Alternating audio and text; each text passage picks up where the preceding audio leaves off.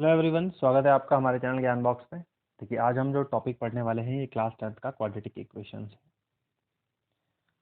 Start करने से पहले मैं आप सबको बताना चाहूँगा कि क्वाड्रेटिक इक्वेशंस क्या होती है। पहले आप इसको समझ लीजिए, उसके बाद ही जो भी आप सॉल्यूशन और रूट्स फाइंड आउट करते हैं उस पर जाइए, क्योंकि अगर आप उस पर चले जाएंगे और ये सब नहीं जानेंगे कि क्वाड्रेटिक इक्वेशंस क्या है तो आपके रूट्स गलत आने के चांसेस हैं। तो सबसे पहले हम समझते हैं क्वाड्रेटिक इक्वेशन।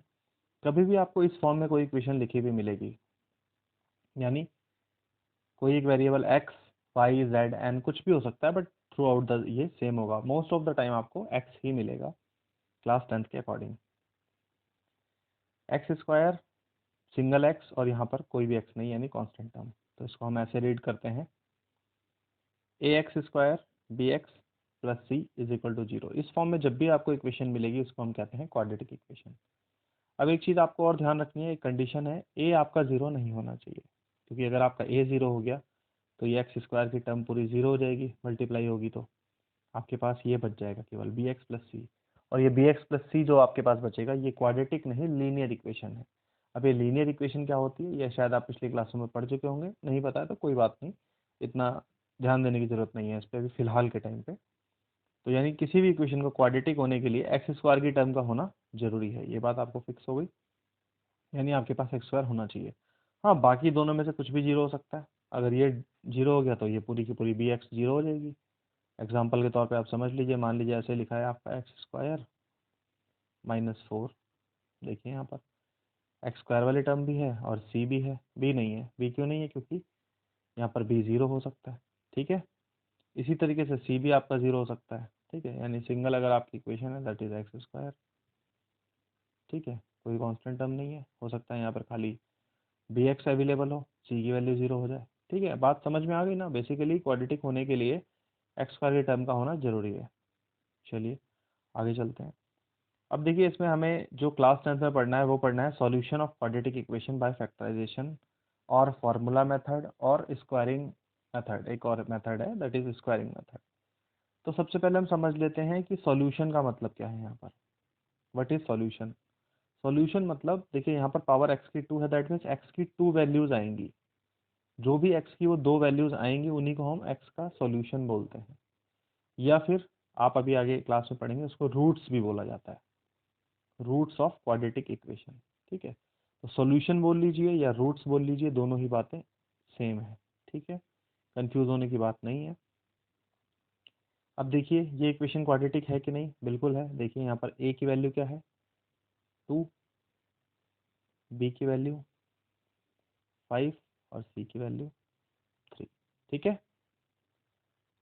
आइए आगे चलते हैं। अब देखिए, आपको थोड़ा सा बता देता हूँ मैं कि इक्वेशन और फंक्शन, या फिर आप कह सकते हो क्वाड्रेटिक पॉलिनोमियल क्वाड्रेटिक फंक्शन में क्या डिफरेंस होता है। अब ये सब अगर टर्म्स आपको नहीं पता है तो कोई बात नहीं। देखिए, ये एक फंक्शन है, ये जो ग्राफ दिख रहा है आपको, this is a function Y is equal to X square minus three X minus four. अब आप यहाँ पे एक्स की वैल्यू भरते जाइए, आपको वाई मिलता जाएगा, और आप जैसे कोऑर्डिनेट सिस्टम में प्लॉट करते थे आप प्लॉट करते जाइए और आपका कुछ ऐसे एक ग्राफ बन जाएगा, ठीक है। अब इसको हम इक्वेशन कब कहेंगे? This is a function, basically this is a function. इसको हम इक्वेशन तब कहेंगे जिस जगह पे वाई की वैल्यू जीरो होगी। जब भी आपकी वाई की वैल्यू जीरो होगी इसको हम इक्वेशन कह देंगे। जैसे यहाँ पे देखिए, इस पॉइंट पे वाई की वैल्यू जीरो है, इस पॉइंट पे वाई की वैल्यू जीरो है, ठीक है। तो जिस पॉइंट पे वाई की वैल्यू जीरो आ रही है वहाँ पे एक्स की वैल्यू क्या आ रही है? देखिए यहाँ पर लिखा है ना 4,0। दैट मीन्स वाई यहाँ पे जीरो है और एक्स की वैल्यू क्या आ रही है? X is equal to four लिखा है। इसी तरीके से इधर देखेंगे तो यहाँ लिखा है X is equal to minus one, ये पॉइंट देखिए, और y is equal to zero. यानी जिन जिन पॉइंट्स पे y आपका जीरो हो रहा है वहाँ पे x की वैल्यू क्या है, उसी को हम लोग रूट्स कहते हैं, उसी को हम सॉल्यूशन कहते हैं क्वाड्रेटिक इक्वेशन का, ठीक है। जैसे यहाँ पर जब आपका y जीरो है उस टाइम पे x की वैल्यू माइनस वन है, और इस जगह पे जब आपका y जीरो है उस टाइम पे आपकी x की वैल्यू फोर है। तो मैंने आपको भी बताया था कि एक्स स्क्वायर है इक्वेशन में, इसका मतलब x की दो वैल्यूज आएंगी। तो देखिए दो वैल्यू कौन कौन सी आई है? माइनस वन और फोर। यानी माइनस वन और फोर वो वैल्यूज हैं जहां पर आपका y जीरो हो जाएगा, इसी को हम इक्वेशन कहते हैं, क्वाड्रेटिक इक्वेशन। देखिए इसीलिए तो इक्वल टू जीरो लिखते हैं। दैट मीन्स यह फंक्शन नहीं है, यहाँ पे जो वैल्यूज आएंगी इन्हीं वैल्यूज को हम कहते हैं solution of quadratic equation. Clear हो गई बात, अच्छे से समझ में आ गया। अब चलते हैं आगे। देखिए क्वाड्रेटिक इक्वेशन आपको इस फॉर्म में मिल सकती है, यहाँ मैंने बात कर ली थी पहले ही, ax² + bx + c जो होता है क्वाड्रेटिक इक्वेशन होता है। अब एक्स स्क्वायर है क्वाड्रेटिक में, तो एक्स की हमेशा दो सॉल्यूशन आते हैं। एक्स के एक्स स्क्वायर लिखा है, दैट मीन्स एक्स के दो सॉल्यूशन आते हैं। इसका मतलब क्या होता है? इसका मतलब होता है जो आपका क्वाड्रेटिक इक्वेशन का कर्व है वो एक्स एक्सिस को दो जगह काटेगा। देखिए एक जगह यहाँ काटा, एक जगह यहाँ काटा, ठीक है। तो अगर इसके दो सॉल्यूशंस आएंगे, अभी अगर आपको नहीं पता है कि वो दोनों सॉल्यूशन क्या है, वो नंबर ही आएंगे। जैसे यहाँ पर देखिए दो सॉल्यूशन क्या आए थे पीछे, यहाँ पे आया था एक 4 और एक आया था आपका -1, ठीक है। तो जब तक आपको नहीं पता होता कि आपके सॉल्यूशंस क्या आ रहे हैं, तो हम उनको मानते हैं अल्फा और बीटा। कंफ्यूज होने की जरूरत नहीं है बिल्कुल भी, ये कुछ नहीं है, नाम है। जो आपके सॉल्यूशन आएंगे, जो रूट आएंगे, एक रूट को नाम दे दिया हमने अल्फा, एक रूट को नाम दे दिया हमने बीटा। जैसे ये रूट है, अगर मुझे नहीं पता होता क्या है, इसको मैं नाम दे देता अल्फा और इसको नाम दे देता मैं बीटा, बस इतना ही है, ठीक है। अब क्या होता है, ये वाइस वर्सा आप कर सकते हैं। फॉर एग्जांपल अगर आपके पास इक्वेशन है तो आप अल्फा और बीटा की वैल्यू फाइंड आउट कर सकते हैं, और अगर आपके पास अल्फा और बीटा अवेलेबल है तो आप इनसे इक्वेशन भी बना सकते हैं, ठीक है। ये दोनों चीज़ें हम करके देखेंगे यहाँ पर। देखिए जो भी आपके रूट्स आएंगे अल्फा और बीटा, अगर आप इनका सम करेंगे, मैं थोड़ा सा जूम कर देता हूँ, चीज़ों को अच्छे से क्लियर हो जाएंगी। देखिए यहाँ लिखा हुआ है अल्फा प्लस बीटा, जब भी आप अपने रूट्स का सम करेंगे तो वो आपके -b/a के बराबर होगा। अब यहाँ पे b और a क्या है, देख लीजिए। b is the coefficient with x and a is the coefficient with x², ठीक है। यहाँ पे जो वैल्यू लिखी होंगी उन्हें b और x कहेंगे, ठीक है। तो यानी आपका जो सम ऑफ रूट आ रहा है वो -b/a के बराबर है, और ये जो है आपका a alpha beta, that is called product of root, और प्रोडक्ट ऑफ रूट जो आता है आपका c/a के बराबर आता है। This is c and this is a। Clear है। अब इसको वेरीफाई भी करवा देते हैं। देखिए मान लीजिए आपको एक क्वाड्रेटिक इक्वेशन मिली हुई है, यहाँ पर a की वैल्यू कितनी है 3, b की वैल्यू कितनी है एंड c की वैल्यू देखिए -2, ठीक है। अब आपको इसमें अल्फा और बीटा की वैल्यू पता नहीं है, ठीक है। जब आपको अल्फा और बीटा की वैल्यू पता नहीं है तो अभी आप इस पर ध्यान मत दीजिए, ये हमने स्प्लिटिंग द मिडिल टर्म से रूट निकाले हुए हैं इस इक्वेशन के। जब बाद में आप सीख जाएंगे स्प्लिटिंग द मिडिल टर्म तो आप आके दोबारा से इसके रूट्स देख लीजिएगा क्या निकाले हैं। एक्स की दो वैल्यूज आएंगी, x is equal to 1/3 and x is equal to -2। तो मैंने एक रूट का नाम दे दिया अल्फा 1/3 को, और -2 वाले को नाम दे दिया बीटा। तो हमें करना क्या है, सम ऑफ रूट। आपने दोनों रूट्स को प्लस किया तो कितना आएगा, 1/3 plus minus times 1/2 is equal to -b/a। इसको आप रिजॉल्व कर लेंगे एलसीएम वगैरह लेके, तो आपके पास ये बचेगा 1 - 6/3 इज इक्वल टू -b/a। फिर आगे इसको आप सॉल्व करेंगे तो आपका रेशियो आएगा 5/3 इज इक्वल टू b/a। तो आप कह सकते हैं, ये देखिए b की वैल्यू इसके ठीक सामने वाले के पास है, 5 is equal to b and 3 is equal to a। अब आप यहाँ से क्रॉस चेक भी कर सकते हैं। देखिए यहाँ इक्वेशन में x के साथ b वाली टर्म होती है, यहाँ 5 लिखा है।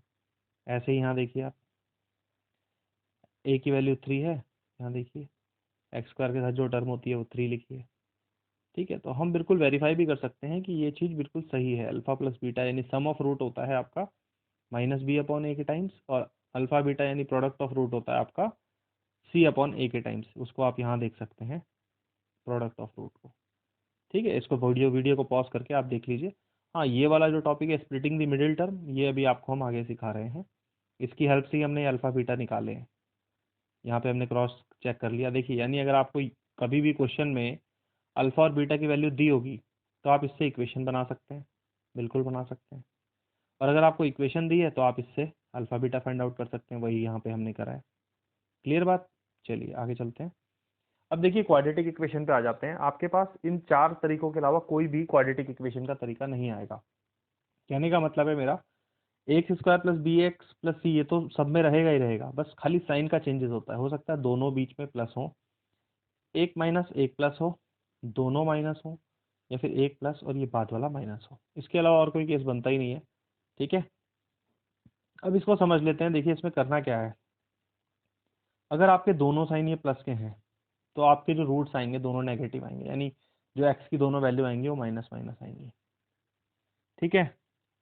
अगर आपका ये सी वाला प्लस है और बी वाला माइनस है, ठीक है, तो भी आपके जो रूट आएंगे वो आपके नेगेटिव आएंगे।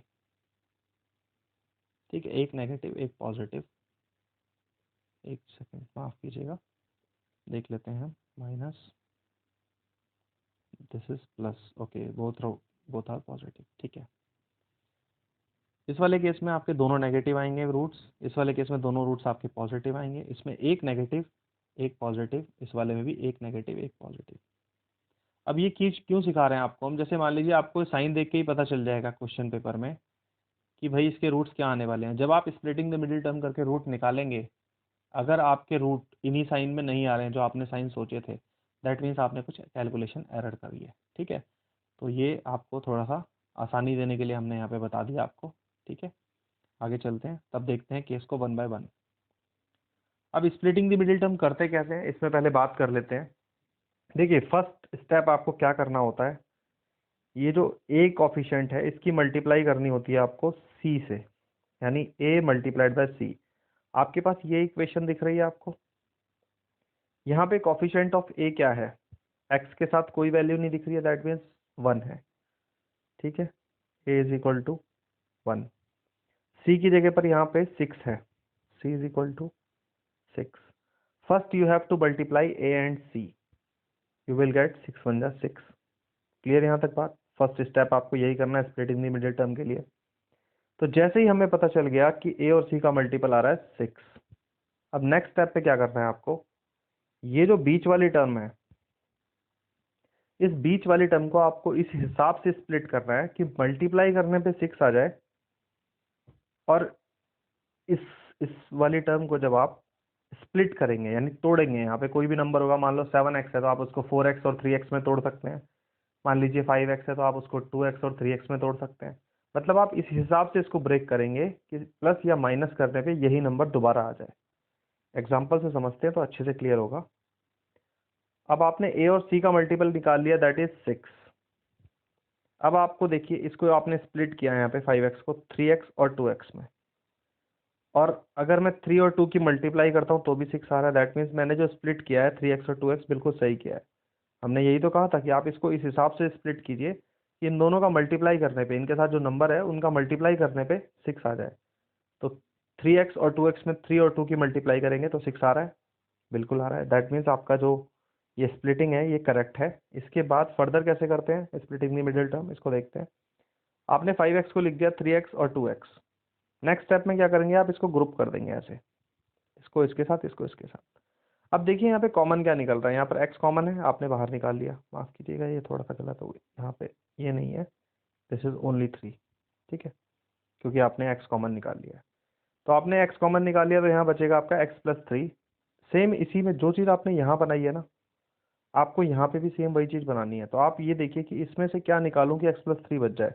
आप 2 निकाल लीजिए कॉमन, यहाँ बन गया x प्लस 3। ठीक है, अब इसके बाद नेक्स्ट स्टेप में आपने क्या करना है, आपके जो फैक्टर बन गए वो बन गए x प्लस 2 और x प्लस 3। ठीक है, देखिए जैसे आप कॉमन निकालेंगे x प्लस 3 और x प्लस 2, यही बन गए आपके x plus 3 and x plus 2। अब एक चीज़ बताइए, ये दोनों चीज़ें प्रोडक्ट में है, प्रोडक्ट मतलब मल्टीप्लाई में है। ठीक है, जब ये दो चीज़ें मल्टीप्लाई में है और इनका मल्टीप्लिकेशन 0 आ रहा है, कभी भी दो नंबर्स का मल्टीप्लिकेशन तभी 0 आता है या तो ये 0 हो, या तो ये 0 हो, या दोनों ही 0 हो। तो इस कंडीशन को मानते हुए हम इसको पहले 0 करके देखते हैं। इसको अगर मैं 0 के इक्वल रखूंगा तो x plus 2 is equal to 0, और आपका 2 उठ के इधर चला जाएगा तो ये हो जाएगा x is equal to minus का 2। क्लियर? देखिए यहाँ पे वैल्यू आ गई है।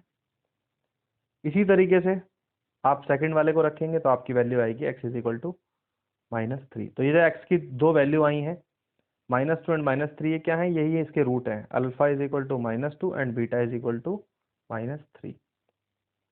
और हमने आपको पहले ही बताया था कि आप साइन देख के भी समझ सकते हैं कि आपके जो वो आएंगे रूट्स वो किस साइन के आएंगे। ये देखिए यहाँ लिखा था हमने, value of x will be negative.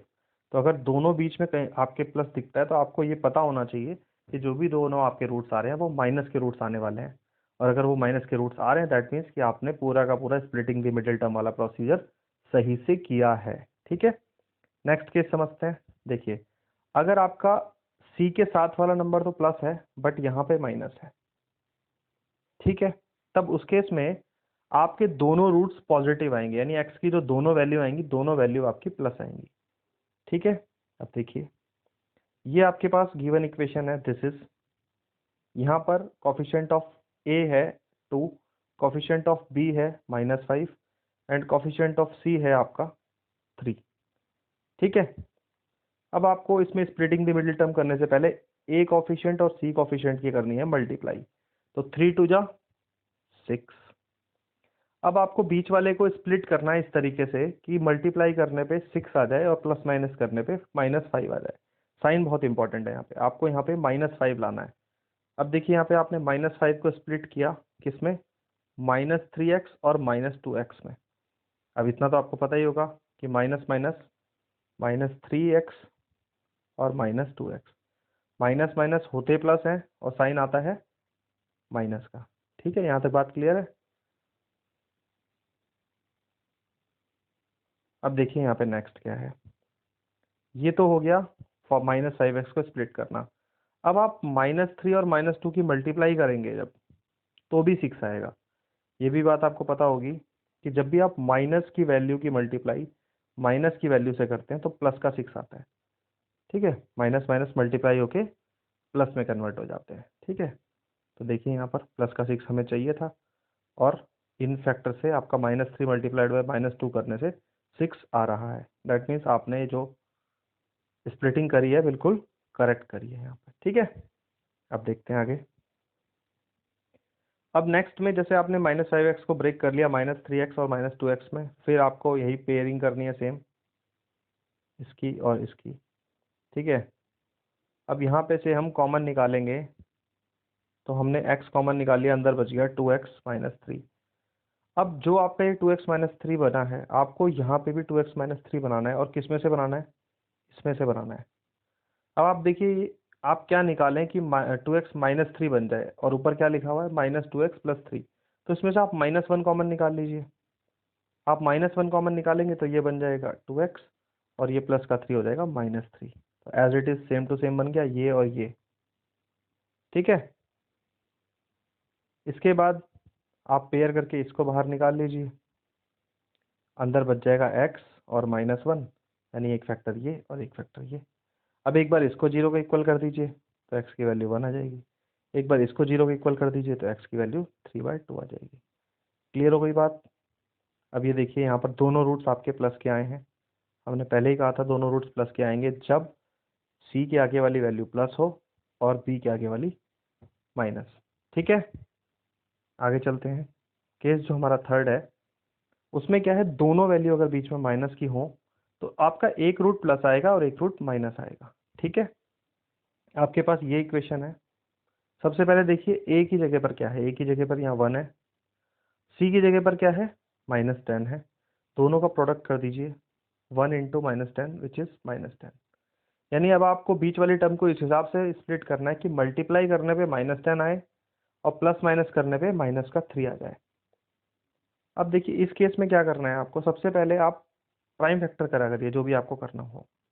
जैसे 10 है तो आपने 10 के फैक्टर कर दिए, 2 5 5 और 1, यानी 2 और 5 इसके फैक्टर हैं। ठीक, अब आपको ये सोचना है कि आपको -3x लाना है। ठीक है, 5 और 2 से आपको -3x लाना है। अब 5 और 2 से -3x कैसे आ सकता है, देखिए ऐसे आ सकता है 5x और 2x, इन दोनों से आपको लाना है -3x। तो क्या किया जाए, बड़ी वैल्यू को माइनस कर दीजिए, छोटी वैल्यू को प्लस कर दीजिए, प्लस माइनस माइनस -3x आ गया। ठीक है, और मल्टीप्लाई की बात करें तो -5 मल्टीप्लाइड बाय 2, माइनस का 10 भी आ गया जो आपने फैक्टर करे थे। आपके फैक्टर थे -5x और -2x, तो -5 और -2 की -5 और +2 की मल्टीप्लाई -10 हो गई, जो आपको यहाँ चाहिए थी -10, और आपको क्या चाहिए था, आपको चाहिए था कि ये वाला फैक्टर बीच वाला ऐसे स्प्लिट हो कि वो आपको -3x ही दे दे। तो यानी -3x को आप इस तरीके से स्प्लिट कर सकते हैं, -5x और +2x। ठीक है, तो हमने देखिए -3x को यहाँ स्प्लिट कर दिया -5x और +2x में।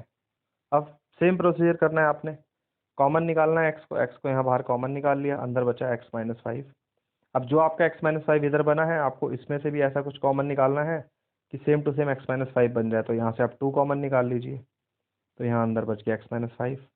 अब एक पेयर x -5 का हो गया और एक पेयर हो गया आपका x और 2 का, ये वाला x और +2, एक पेयर ये और x -5 एक पेयर ये। ठीक है, अब सेम वही प्रोसीजर, दोनों प्रोडक्ट हैं, जीरो के इक्वल है, एक बार इसको जीरो कर दीजिए, -2 आ रही है वैल्यू, एक बार इसको जीरो कर दीजिए, x की वैल्यू 5 आ रही है। ठीक है, देखिए यहाँ पर बताया भी था हमने स्टार्टिंग में ही कि आपका एक रूट प्लस आएगा, एक माइनस, यानी ये प्लस आ रहा है और ये वाला देखिए माइनस आ रहा है। तो इन साइन के अकॉर्डिंग आप स्टार्टिंग से ही समझ सकते हैं, क्वेश्चन सॉल्व करने से पहले ही, कि आपके रूट्स क्या आने वाले हैं, एक प्लस आएगा एक माइनस आएगा। अगर नहीं आ रहा है तो आपने कुछ कैलकुलेशन एरर करी है। ठीक है, इससे क्या होता है, बच्चों को ये स्प्लिट करने में आसानी भी होती है, अगर उन्हें पहले से ही पता होता है कि हमारा एक रूट प्लस आने वाला है, एक रूट माइनस आने वाला है। ठीक है, जब भी आपको ये पता होगा एक रूट प्लस आने वाला है, एक रूट माइनस आने वाला है, यानी आपकी जो स्प्लिटिंग होगी, एक चीज प्लस में होगी और एक चीज माइनस में होगी। सेम ऐसे ही जैसे आपको यहाँ पता था कि आपके दोनों रूट प्लस में आने वाले हैं, यानी अपोजिट स्प्लिटिंग होती है हमेशा। स्प्लिटिंग में ध्यान रखिए, जो रूट्स आपके आने वाले हैं, स्प्लिटिंग उसके अपोजिट साइन की होगी। जैसे यहाँ पर दोनों रूट प्लस के आने वाले थे, तो स्प्लिटिंग देखिए दोनों माइनस माइनस में स्प्लिटिंग हुई है। ठीक है, ऐसे ही जब भी आपके दोनों रूट माइनस आने वाले थे, तो उस टाइम पे स्प्लिटिंग कैसी हुई होगी, प्लस में। देखिए दोनों स्प्लिटिंग प्लस में हुई है। तो इस साइन की हेल्प से आप इजीली स्प्लिट कर सकते हैं, जैसे स्प्लिटिंग करने में अगर डिफिकल्टी हो तो। अब 4 पे आ जाते हैं, देखिए फोर्थ वाली कंडीशन में क्या था, सी के साथ वाली माइनस हो जाएगी और बी के साथ वाली प्लस। अब आप अभी बता सकते हैं एक रूट प्लस आएगा एक रूट माइनस आएगा, यानी स्प्लिटिंग करते टाइम एक चीज प्लस होगी और एक चीज माइनस होगी। ठीक है, देख लेते हैं यहाँ पर। अब सबसे पहले आप 2 की इंटू कर दीजिए -6 से, साइन इंपॉर्टेंट होता है, सी के साथ में साइन को रखना पड़ेगा हमें। ठीक है, यहाँ पर आपने रखा तो आपका मल्टीप्लाई करने पे आया -12, यानी अब बीच वाली टर्म को आपको ऐसे स्प्लिट करना है कि आपका आ जाए -12। ठीक है, अब देखिए यहाँ पर आपने क्या करना है, अब यहाँ पे देखिए ये स्प्लिट करने के लिए केवल x है, इसको आप 1x भी कह सकते हैं। अब मैं किस हिसाब से स्प्लिटिंग करूँ कि मेरा -12 आ जाए मल्टीप्लाई करने पे, और हमें पहले ही पता है एक रूट प्लस आने वाला है एक रूट माइनस आने वाला है, यानी एक स्प्लिटिंग भी जब आपकी होगी तो एक चीज प्लस होगी और एक चीज माइनस होगी। अब प्लस माइनस माइनस होता है ना, प्लस माइनस को जब आप एडिशन करते हैं प्लस और माइनस की वैल्यू को, तो होता माइनस है, साइन आता है बड़ी वैल्यू का। और आपको यहाँ क्या लाना है, यहाँ पे आपको प्लस का एक्स लाना है। दैट मीन्स आप बड़ी वैल्यू को प्लस ले लीजिए और छोटी वैल्यू को माइनस। और लाना क्या है, 12 लाना है। दैट मीन्स आप 12 के पहले फैक्टर निकाल लीजिए। 12 के फैक्टर क्या होते हैं, देखिए 2, 6, 2, 3 एंड 3 एंड 1। तो आप कह सकते हैं इसको 2 इंटू 3। ठीक है, 2 इंटू 3। ठीक है, अब आप यहाँ सोचिए कि क्या तरीका अपनाया जाए कि डिफरेंस 1 आ जाए, क्योंकि यहाँ प्लस माइनस करना है और आपको x लाना है, x मतलब खाली 1 लाना है, और इनका मल्टीप्लाई तो 12 है ही क्योंकि उसी के फैक्टर है। तो अगर मैं इसको 4 कर दूं और इसको 3 कर दूं, तो 4 3 या 12 तो मेरा आ रहा है, मुझे लाना है मगर माइनस का 12, यानी इन दोनों में से कोई एक चीज़ माइनस होगी। फिर आप यहाँ देखिए, यहाँ कौन सा साइन चाहिए आपको, यहाँ प्लस का साइन चाहिए ना। दैट मीन्स आपकी बड़ी वाली वैल्यू प्लस होनी चाहिए, तो बड़ी वाली को प्लस रहने दीजिए, इसको माइनस। तो यानी आप लिख सकते हैं 4x -3x। अब देखिए इसका क्या आएगा, सिंपली प्लस का x आएगा, और इन दोनों का मल्टीप्लाई भी देखिए 4 और 3, 4 मल्टीप्लाई बाय -3, 12 आ रहा है, माइनस का 12। ठीक है, तो वही चीज़ यहाँ पे बताने की हमने कोशिश करी है कि आप साइन की हेल्प से कैसे जजमेंट ले सकते हैं। तो आपको यहाँ दिख गया कि x की जैसे हमने स्प्लिटिंग करी तो होगा 4x और -3x, और 4 मल्टीप्लाइड बाय -3 -12 भी आ जाता है, तो आपकी ये वाली बात भी सेटिस्फाइड हो जाएगी। ठीक है, अब आगे देख लीजिए, स्प्लिटिंग करने के बाद क्या किया गया है, x को स्प्लिट कर दिया 4x और 3x में माइनस के, कॉमन निकाल लिया 2x, तो अंदर बचेगा x+2, जो आपका यहाँ बचा है वही आपको यहाँ बचाना है। इसमें से -3 कॉमन निकाल लीजिए, बन जाएगा x+2। तो एक तो हो गया x+2 और दूसरा हो गया 2x और -3, दोनों मिलके हो गए 2x -3। अब आप एक बार इसको 0 के इक्वल कर दीजिए, एक बार इसको 0 के इक्वल कर दीजिए, दोनों वैल्यूज आ जाएंगी। देखिए यहाँ पर x की एक वैल्यू आ रही है 3/2, x की एक वैल्यू आ रही है -2। हमने पहले ही बताया था, एक रूट प्लस आएगा, एक रूट माइनस आएगा।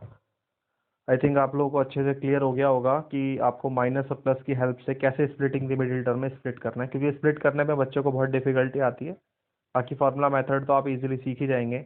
और ये भी हमने बता दिया कि क्वाड्रेटिक के रूट्स का मतलब क्या होता है। क्वाड्रेटिक के रूट्स का मतलब यही होता है कि जो ग्राफ पे y की वैल्यू जिस जगह पे 0 होती है। ठीक है, चलिए थैंक यू, बाकी करते हैं नेक्स्ट क्लास में।